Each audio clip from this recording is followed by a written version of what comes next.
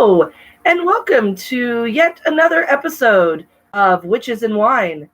I'm your hostess with the mostest, Lola Stardust, and this is my partner in crime co-host this evening, Silent Stardust. And this is the show where we talk about witchy stuff and we drink wine. Clink and drink. Oh. So I'd like to do a little disclaimer. We drink wine on this show, and so sometimes, not tonight because we're doing this pretty early in the evening. It's not a late night after Coven where the energy is like, woo, or we've been drinking. But sometimes there is tipsiness involved. So if you find that offensive or whatnot, then please click the X. Click top the right X. corner. We appreciate your patronage, but we don't want to offend you. Yep. I look really tired. Anyway, so before we get started, we have one viewer. Hello, viewer. Before we get started, I'm going to turn it over to Silenus, and he's going to talk about the wine that we're drinking tonight. Take it away. Thank you, honey. Tonight, guys, I chose another Bordeaux. You know, it's our favorites. This is, excuse me. This is Chateau d'Armagnac. This is a fifth growth Bordeaux out of the, I just drew a blank on the region. Oh my goodness. Live. Yeah, it's, wow. Out of the Pauillac region, my goodness. Which is the big heavy hitter of the Bordeaux region, the most age-worthy wines. This is owned by Mouton Rothschild, which is a top 5 wine house in the world.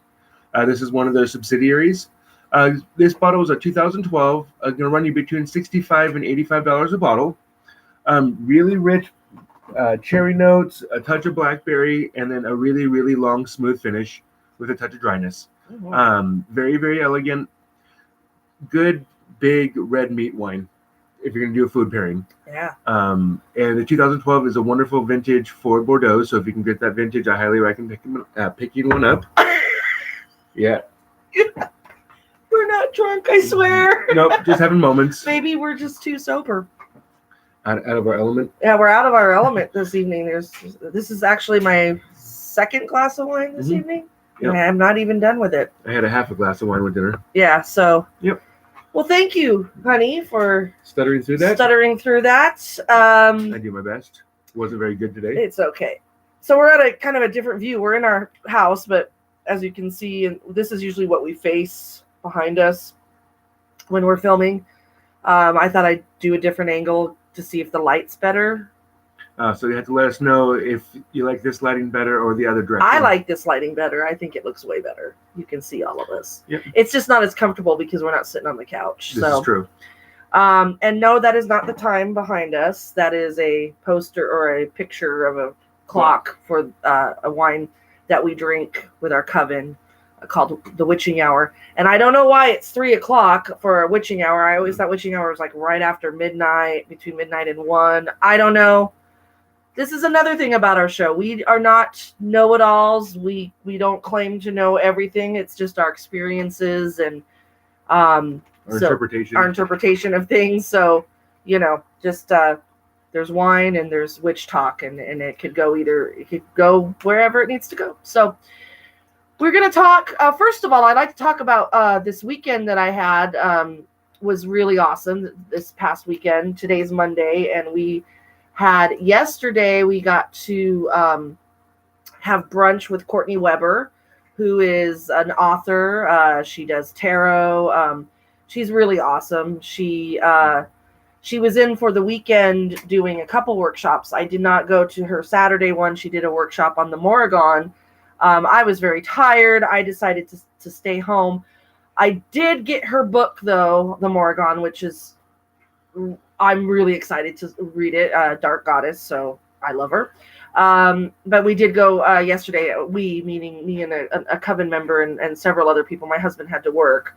But we did go yesterday. We got to have brunch with her, which was really nice. I picked her brain about being a high priestess and running covens, and because that's what I do, not covens. I run one coven. But we're still a very new coven. I'm a very new high priestess. I say that a lot. I'm sure people are like, You need to stop saying that at some point. But compared to a lot of high priestesses that I know have been, and covens that we know of, they've been around for quite a long time. So we're still a baby coven. Yep. But we're growing. We're growing and sprouting breasts. Anyway, not all of us. I'm talking about the coven is like boobs. So anyway, click and drink to coven's sprouting breasts. Yay, boobies. Boobies. Boobies. See those mountains over there? Boobies. Sorry. Role models. Yeah. So anyway, it was a really awesome day. I attended her workshop on tarot, and I really enjoyed it. I think it was great for beginners and experts. I found it informative. I liked the way she had us work on the major arcana and the court cards, making our story with it. So just really great. She's amazing. I'm hoping to get her on the show. I would like to reach out to her and see if she'd like to be a call-in guest or Skype video guest. I think that would be really awesome. So awesome weekend. Got to meet someone that's very, very awesome. And yeah. So we want to talk about the upcoming Sabbath. And I mispronounce it all the time because there's so many ways to pronounce it. There's Imbolc or Imbolc or Imbolic or Imbolg. Sometimes I just say Candlemas because it's known as that, but I think that's kind of more of a Catholic Christian way. So sometimes people kind of go, Meh, and I'm like, whatever, it's just easier for me to pronounce. But that's what we're talking about. Yep. And it's this weekend. It starts February 1st. You want to tell us how you view Imbolc the Sabbath? Hi, second viewer. Thanks for joining us. It directly translates to in the womb. So it's the gestation period of when life is about to start beginning. So we're going to start seeing the first shoots of spring coming up here in the next couple of weeks. You're going to see the buds on the trees starting to come in.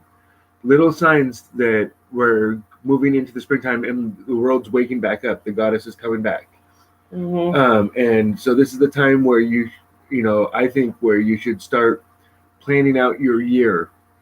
What do you want to do spiritually, personally, financially, whatever. This is the time to plant your seeds, so to speak.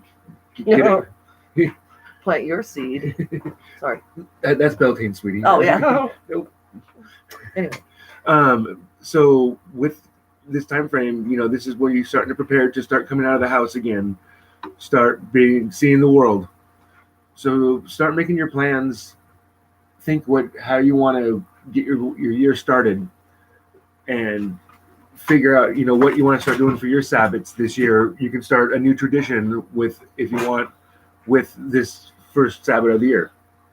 Yeah, it's interesting agriculturally. I like to look at the agricultural part of it too, because this is the time where this is, according to our calendar and whatnot, this is technically beginning of spring, even though on the Gregorian calendar and the majority that calendars we look at, first day of spring isn't until May or April or April. It's March. March? Yep. Oh, it is March. Yeah. March. So, but the reason why is because you have it's on equinox. Yeah, but you have to think about when these Sabbats were created and celebrated was, it was different weather than we have. And it was really based on farmers and what they were doing. Gosh, what has she got all over me? Dirt from her paws. Oh my God, puppy. Anyway, dirty puppies. So this is where there's the gestation of your buds and your seeds and stuff. So mm-hmm. You might start to see a little bit of the sprouts coming out. Now we're out. Here's the other dog. So even today, even as we're getting closer, here in Spokane, Washington, our winters are usually like we're still in January, so usually we have a bunch of snow, but it's melting and it's supposed to get in the 50s. This upcoming weekend. Yeah, this weekend. Like 20 degrees above normal for this time of year. Yeah, so it's interesting to me that because I've been really thinking of the Sabbath coming up and what I want to do and what I want to plan, and so and I wore flowery shirt today, kind of trying to manifest some spring weather, and so like Silent has said, it's a really good time to start planning things.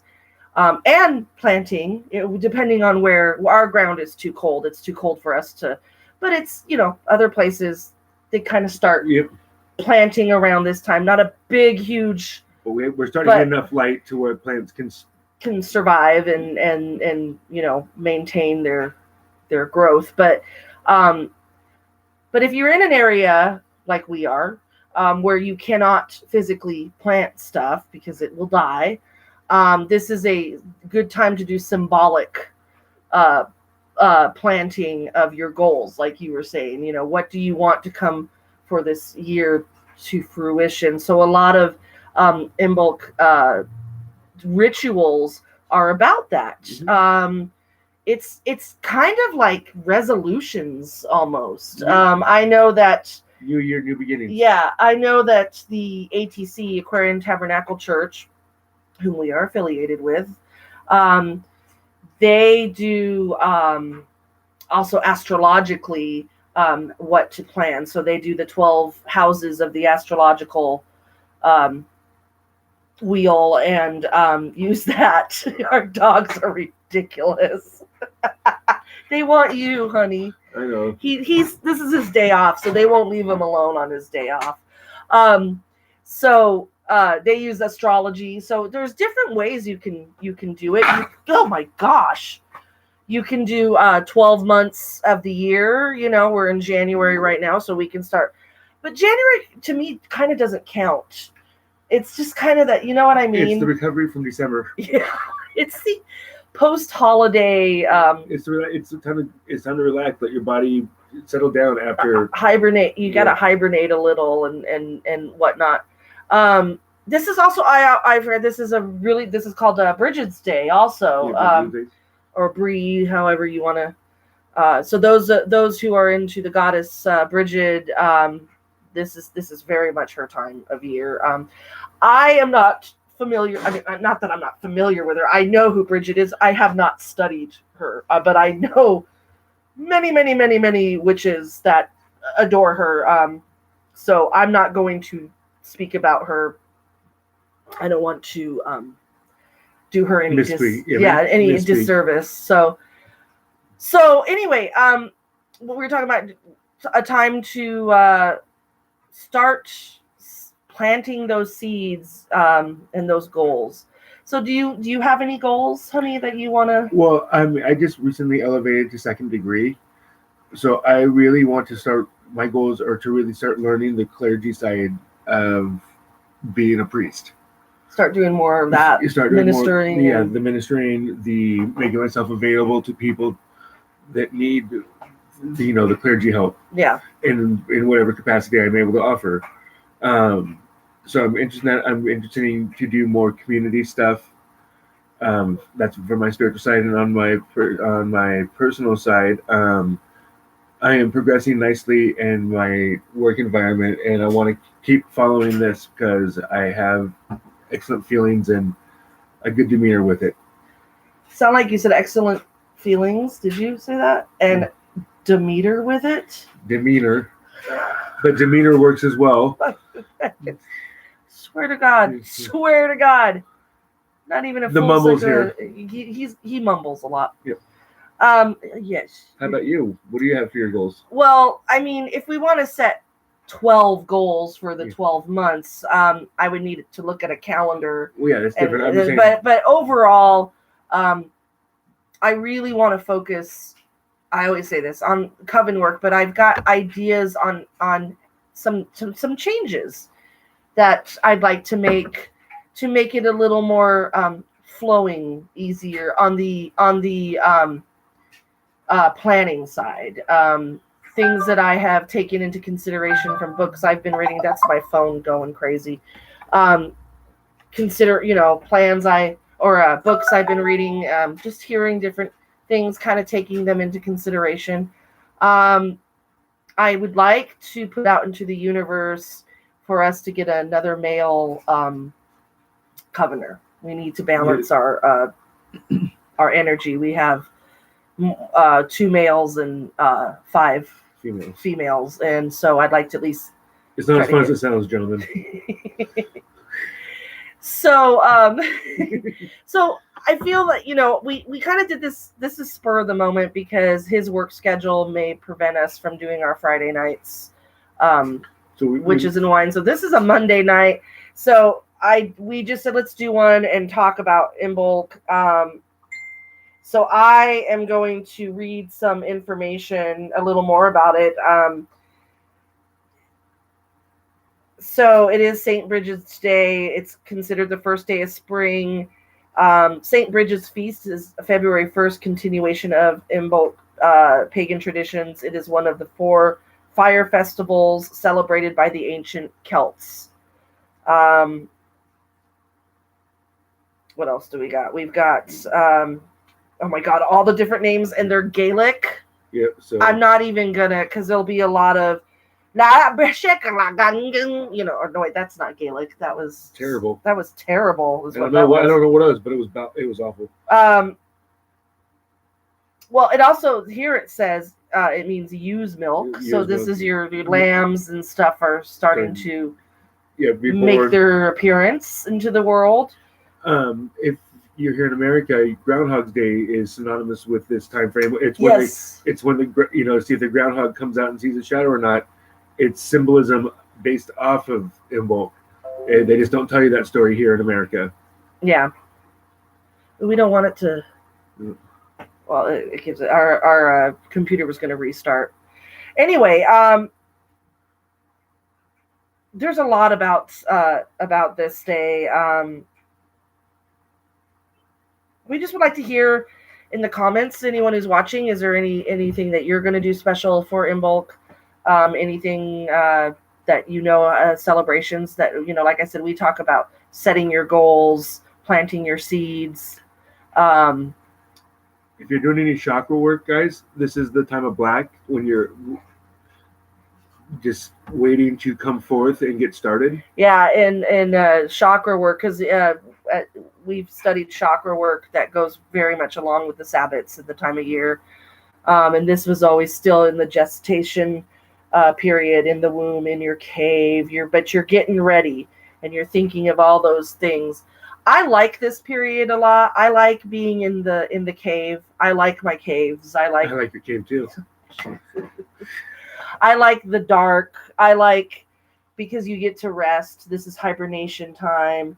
And then, you want to start that planning. It's very important this time of year because we are coming out of the dark time of the year. We're past Yule, so the Oak King is now the Lord right now, and he wants the light. He wants the spring and the summer, the sun to come. So what I like about this is it always gives me a little hope, because there could be just crappy dark days, and I just always feel like there's this hope that there's going to be the light. And that is one of the biggest things that resonates with me in celebrating our Sabbats and whatnot, is that there's always hope. There's always the light. Well, it's the rebirth. It's when things were down, when it was cold, when you're bundled up, you're stuck. There's a time to come forth, and this is the beginning of that. Yeah. And so it's the world waking up, you waking up, the goddess waking up, everything. And you need to go with that energy and not allow your hibernation to be any longer than it needs to be. Wake me up before you go. Don't leave me hanging on a line of yo-yo. Wake me up before you go. Take me dancing tonight. So yes, it's the time to start to wake up before you go. And I want to get that. Yeah, Sorry, we're done. Okay. And I apologize. We're not ready for this. It's random. But this is us. It's just us. So this is how we roll. We're on 20 minutes. We always try to do 20 to 30 minutes. I like to cut it at 20 minutes when it's just us being ridiculous, because there's really not a whole lot more we can do unless you watch us do shots and get drunk and pass out. That might be an after party. It's not saving ourselves tonight on this episode, though. No, it's no. So, anyways, if you have any questions or comments about how you celebrate Imbolc, any more questions about it, you can, or you just want to know why we do what we do and who do we think we are, then please email us at crossroadscoven@gmail.com. What was that again? crossroadscoven@gmail.com. Thank you for joining us, and remember, always be kind to one another, walk with the goddess, and until next time, blessed be, and clink and drink. Oh. Yeah, stop. It's coming out of my nose.